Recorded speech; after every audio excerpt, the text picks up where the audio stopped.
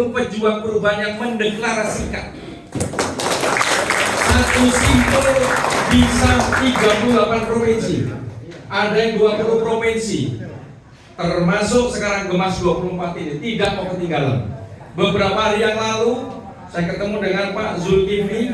Sebelumnya saya sudah diberitahu, saya tunggu cuma tidak hadir di sini. Ada adik saya dari Angkatan Udara, ya, namanya Marskal Muda TNI Purnawirawan Fahri Adami dari Belang Kejeren kalau nggak salah ya. Sampai apal itu. Saya bilang sama dia, ini waktunya perubahan. No or never, jangan terlalu lama mikirnya.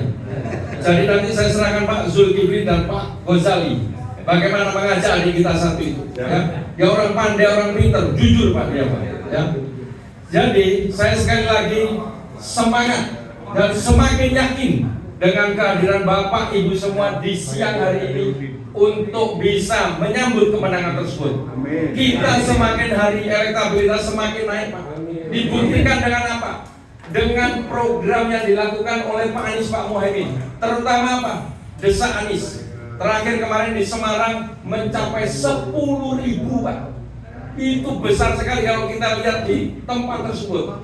Itu orang boleh tanya apa saja, dijawab dan solusi. Tidak mudah itu, ya. Kemudian dari Caimin dengan selepet iminnya, itu salah satu yang membuat kita semakin hari semakin menaik. Yang kedua apa? Dukungan dari pejuang-pejuang perubahan seperti Bapak ini, yang tidak ada habisnya. Ini hampir tiap hari Pak seperti ini di sini itu. Jadi ini betul-betul masyarakat menghendaki perubahan yang dibawa oleh Pak Anies dan Pak Muhaimin. Yang ketiga apa yang membuat naik? Dukungan tokoh nasional. Contohnya Pak JK beberapa waktu yang lalu. Itu merupakan momentum yang tepat dalam rangka apa? Meningkatkan elektabilitas Pak Anies, Pak Muhaimin, sehingga masyarakat berbondong-bondong untuk memilih kepada beliau. Tugas kita 3 Pak sebagai pejuang perubahan. 1, kita gaungkan 01 Pak Anies Muhaimin, sampaikan hal-hal yang baik. Kita tidak perlu menjelek-jelekan, ya. Jadi gaungkan ke orang-orang yang belum memilih 01. Kalau yang sudah ya sudah, nggak usah diulang-ulang. Yang belum, ya, hari yang ada ini gunakan untuk itu. Jadi kembalikan, kalau di Aceh tahu saya apa itu kafe, apa kopi-kopi, warung kopi, ya kan? Saya berkali-kali dikasih kopi terus, akhirnya susah tidur. Tapi kopi Aceh mantap. Saya beberapa kali sudah ke Aceh sebelum dan sesudah tsunami. Jadi saya tahu di Banda Aceh, Melabo pernah, PD pernah, ya. Kampung saya, Pak. Itu Pak ya. Jadi tugas kita tadi yang pertama adalah Bapak Ibu gaungkan ini. Jangan pernah berhenti, ya. Tidak perlu ada yang diperintah, ambil peran, ambil tanggung jawab kita masing-masing. Paling tidak kita berjanji di hati kita, sebulan dari sini saya bisa ajak 1 orang lagi, 1 saja, ya. 1 orang bisa berarti 2 kali ini. Jadi jangan menganggap itu hal kecil. Semua kita awal dari kecil, tidak ada yang langsung besar. Gerakan perubahan bisa sampai sejauh ini dari hal kecil. Semua daerah didatangi oleh Pak Anies, Pak Muhaimin untuk menyatakan tadi perubahan tersebut. Tugas kedua semakin penting.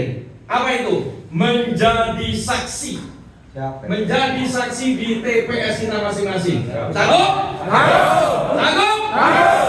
Karena ini bukan persoalan Pak Anies, Pak Muhaimin. Ini persoalan rakyat. Jadi ini bukan suara Pak Anies, Pak Muhaimin, tetapi suara rakyat yang harus kita kawal.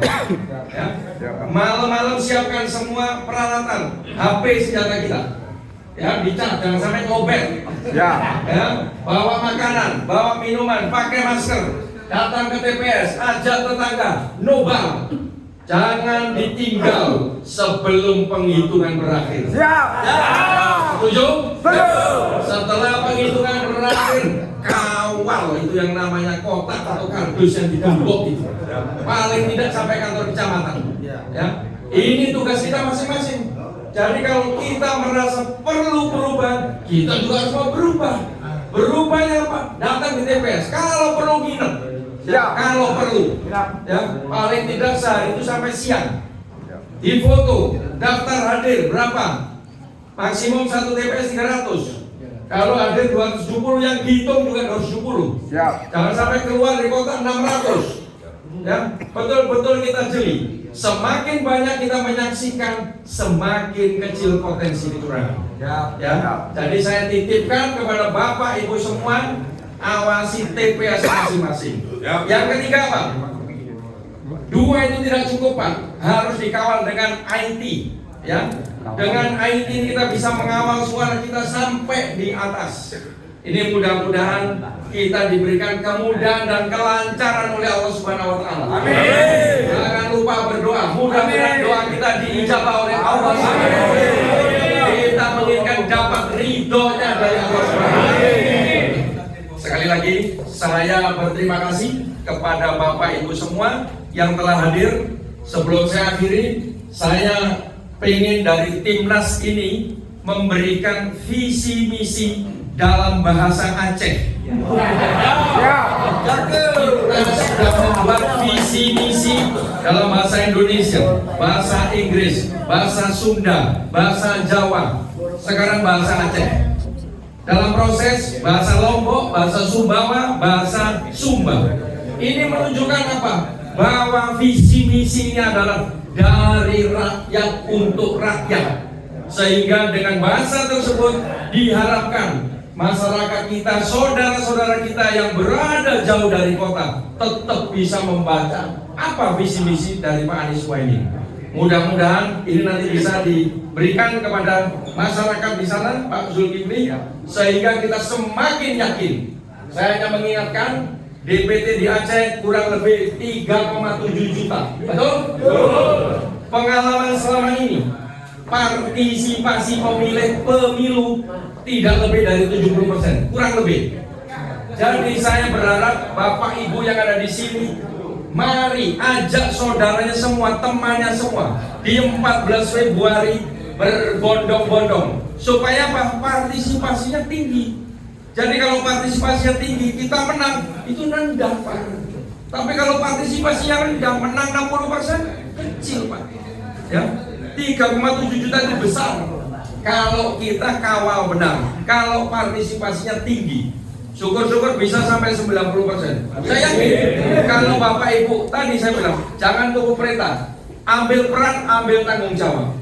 Mudah-mudahan di 14 Februari nggak ada ketiduran. Ya, semua datang ke TPS untuk sama-sama mencoblos nomor 1. Saya mau tanya dulu yang terakhir ini, didengarkan baik-baik Bapak Ibu semua. Paslonnya ada berapa?